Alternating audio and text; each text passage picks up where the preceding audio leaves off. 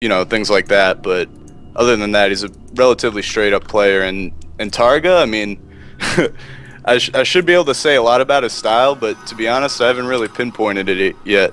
I've been writing about him in the NASL these past few months, and he surprises me every time he plays. So he's kind of all over the place. Like sometimes he'll go with the heavy drone style, and then other games he'll go a more timing based style where he really likes to put on that aggression with like a minimal drone count. So I'm sure we'll see a good hodgepodge of those types of things out of Targa. Yeah, absolutely. I mean, you pretty much nailed it on the coffin, man. Cass, he's sort of the macro player you expect from a Terran. He likes to expand a lot, as you mentioned. He likes opening up very early 3 command centers, pushing towards the macro game, hitting a solid timing, and he knows the matchup inside and out. He knows when to hit. He knows when to scout the Zerg.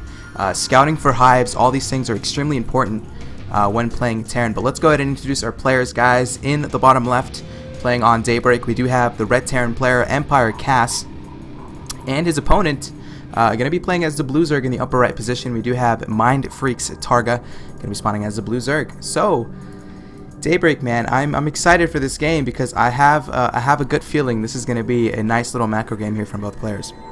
Oh, without a doubt. We see Targa already going for that fast expand, and I'm sure we'll be seeing that out of Kas relatively soon here. Yeah, absolutely. Let me go ahead and fix something very, very quickly. In terms of hotkeys. Okay, we should be good. Targa with a relatively quick drone scout, actually. I didn't see what supply that went out at yet, but I mean, he's getting a full vision of what Kas's base looks like right now. He sees there's no gas still, and I mean, look, he sees the SCB going down, so he knows what's up. Yeah, I mean, I think what Targa did with this opening is he opened a hatch first, very standard in ZVT. Generally, you want to get a 15 hatch followed by some kind of 15 pool, or it's actually going to be a little bit delayed from Targa going with a 16 pool. But this is nothing out of the ordinary. I mean, if you look in the base of Targa, if you look in the base of Kas, he doesn't seem to be opening with any kind of 2 racks. Getting his gas, went for a very quick expansion himself. Command center is now actually at the natural. So far, just a very, very typical opening from both players. What we're going to have to wait and see, though, is Targa going to be aggressive? Given the fact he's getting gas, it could obviously be just for very quick speed, or he might, follow up with the roach sling timing, which is pretty common on this map. But I would have to say Targa most likely going to play to what he knows best, which is macro style. I definitely think he's looking to be aggressive though with that quick gas. I mean, otherwise he would go with the more queen based builds that we've been seeing a lot lately. So I think he's going to try and do some early damage with some wings at least. Yeah. There's the metabolic boost, so he is in fact going to go ahead and open up with a little bit of speed. Given map control, whether it's map control or aggression, you definitely want to have metabolic boost very quickly in the game. Both queens are also in production. Meanwhile, in the base of Kas, did get the barracks, going to go ahead and add on a reactor, factory on its way. And I'm going to ask you this question, man. Factory reactor Hellions, what do you think about this in the TVZ matchup, given the fact that queens are now up to 5 range, Hellions are pretty much negated early game? I just want to get your thoughts on Reactor Hellion against Zerg. You know what, I like it, especially with this build that Kas is doing, because you need that map control. You need to find out what the Zerg is doing when you take an expansion this quickly. So it's almost a necessity, and look at that, he's following up with the Starport. So it's definitely going to be Banshees to go along with this. And this is what Kas has been practicing, this is what he knows, and I have to wonder if Targa is, privy to this. Yeah. Does he expect this or not? Yeah, I mean, given the fact he grabbed 2 gases very quickly, in fact, it can be Blue Flame Hellions, but knowing the style of Kas, it is indeed going to be Banshees. We are seeing Reactor Hellions as well on their way to the map. Creep is going to get started to spread around the map as well for Targa. I love the 4-queen opening, gives you the Larva Inject, gives you the defense against the Hellions, as well as allows you to go ahead and get your creep spread pretty far across the map. Yep, indeed, I love that. I love the fast creep spread, and it's actually going to be really useful against Kas's style, because he's one of those players that just loves those big 2-base tank pushes, and I think we're even 3-base, and I think we're going to see that out of Kas soon. And look at the Evo chamber's already going down, so I'm pretty sure he's privy to these Banshees here, and he'll be prepared, more than prepared. Yeah, it looks like Kas going to try to enter into the natural now of his opponent, moving in with 2 Hellions. Not a lot of units out for TarGA. In fact, 22 Lings now just going to get in production. Spore Crawler coming down, so he definitely has a feeling Banshees are going to be out, but that should be plenty of Lings. Easily going to clean up the Hellions here from Kas, and there you go, man. You nailed it. 3rd command center on the way from Kas. A very, very quick 3rd. And this is interesting because, you know, he doesn't really know the playstyle of TarGA. Is he aggressive? Is he kind of a macro player? And going for the very quick 3rd can leave you a little bit vulnerable to any kind of all-ins. But if you're able to get away with it, you're going to have such a huge economic advantage over your opponent. But TarGA being very active with these Lings, he's going to run over there and spot that right away. And, I mean, I think he's going to force a cancel right here, unless those Hellions can get over there in time. Yeah, I mean, TarGA, you know, scouting very nicely, just immediately catches the 3rd. Now, Hellions are going to be able to do a little bit of damage. Banshee should be able to help, but yeah, forced cancel. Beautiful job there by TarGA, being very map aware, scouting for the 3rd, and knowing exactly what his opponent's doing. And now Stim is on its way from Kas, going to go ahead and rebuild the 3rd command center, creep spread as well. Very nicely done so far for TarGA. And a Roach Horn, interesting. And last but not least, a ton of drones in production. Yeah. He just pumped out 10. So he's looking good on the economy front. You know, I'm sure he'll go up to get his 3rd relatively soon here once he gets some roaches out. Yeah, absolutely. And generally you do want to go ahead and take a 3rd as quickly as possible, whether it be before roaches or after roaches. It seems like he's going to do it after roaches. Not bad at all. But you know what? I don't know if he might even take a 3rd. It's a little bit delayed. It's about 9 minutes and 30 seconds into the game. I like the macro hatch, which is kind of going to be a little bit of a substitute for the 3rd. You can go ahead and, you know, invest any additional resources. Baneling Nest on its way. A little bit of harassment here from the Lings. And you know what? This might be a little bit of aggression here from TarGA, given the fact he got a very, very quick Baneling Nest. Yeah, I think so as well. 26 Lings on the way, +1 on the way as well. He's also getting Lair, so I think he's looking to put on a little bit of aggression. You know, keep that 3rd from Kas down for as long as possible, while just, you know, bolstering what he has, macroing up, getting the +1, getting more Lings, spreading the creep. So I mean, like I said, he's not really going for that full-on macro approach right now, but you know, it's more of a timing-based thing right now. And you know what, I think I like that, but he's got to deal with these Hellions. And beautiful surround. Only gets a few Hellions though. Has to back off with the remaining Lings. Yeah, that was a very well done effort by TarGA, trying to surround some Hellions. He in fact did get a few kills. And there's a Spire, so TarGA's like, alright, you know what, I'm getting Roaches, I'm getting Banelings, I'm not even going to attack you, I'm going to go immediately into Spire.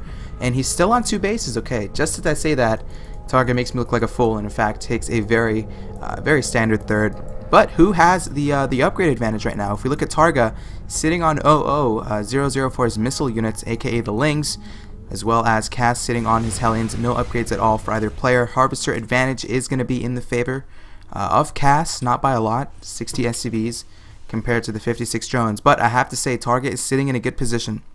He's definitely not behind at all. He's in a good position for now, but now that this 3rd is up, I'm kind of a little bit worried for him. I mean, he's got to get his own 3rd up. It's still only halfway done. You know, he's kind of banking on Mutas to do damage here, but there's going to be plenty of Marines out. The armory's already down.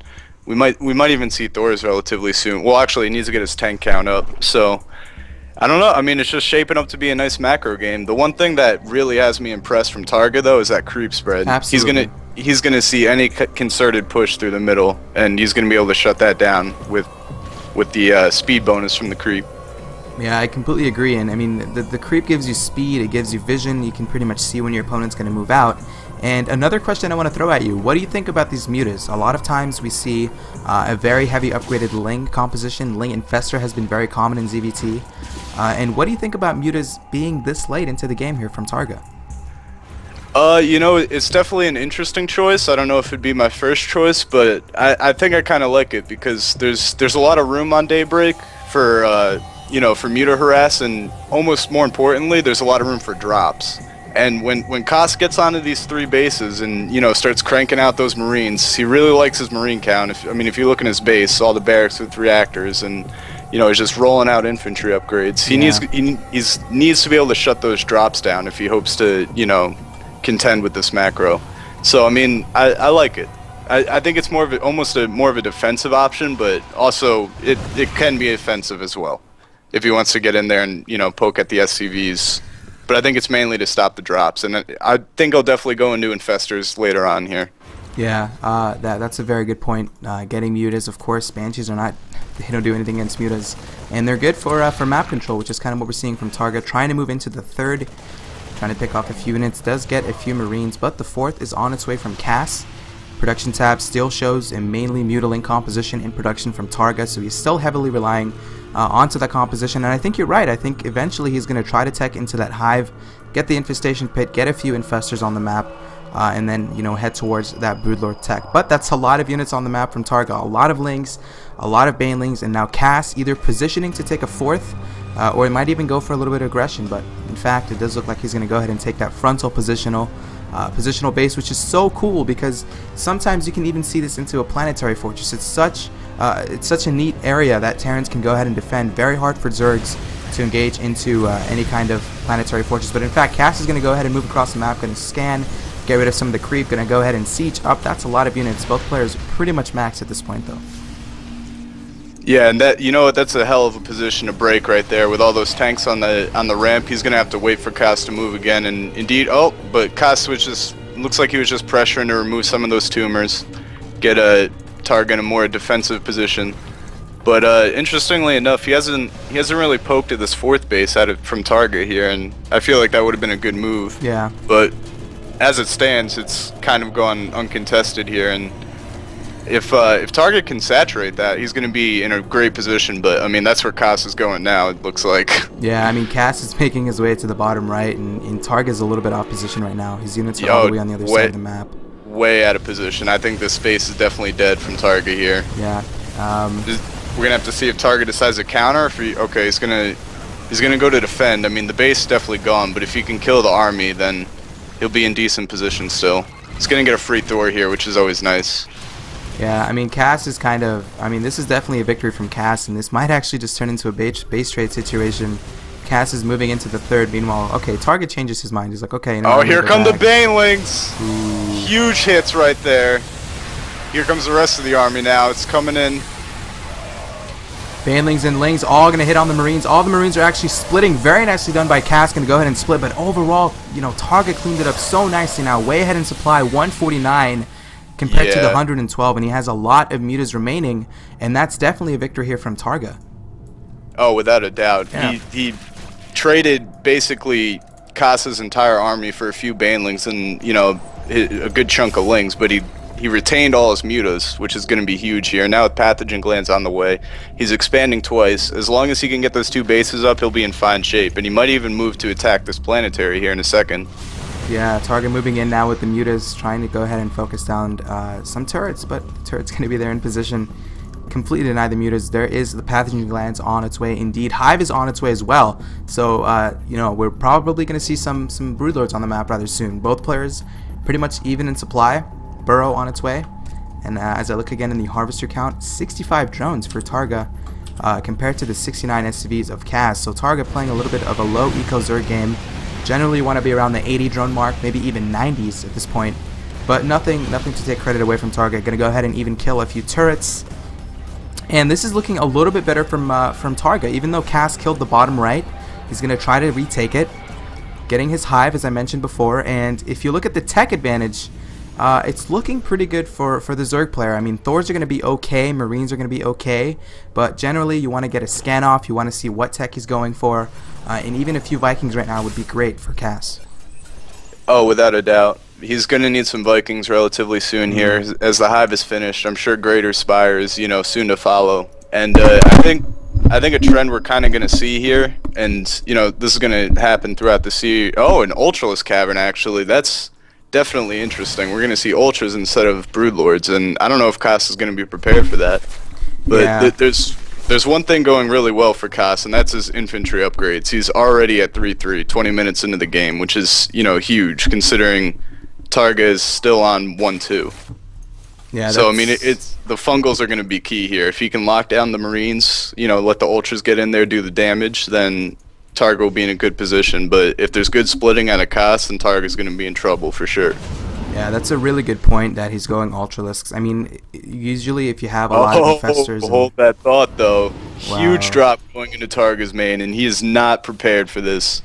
He needs to get over there ASAP, and this is the kind of crazy things that Kas will just do, just drop his entire army into your base. But I don't think Kas knows that the infestors are out, and if he gets caught here... Yeah, well, TarGA's just sending in all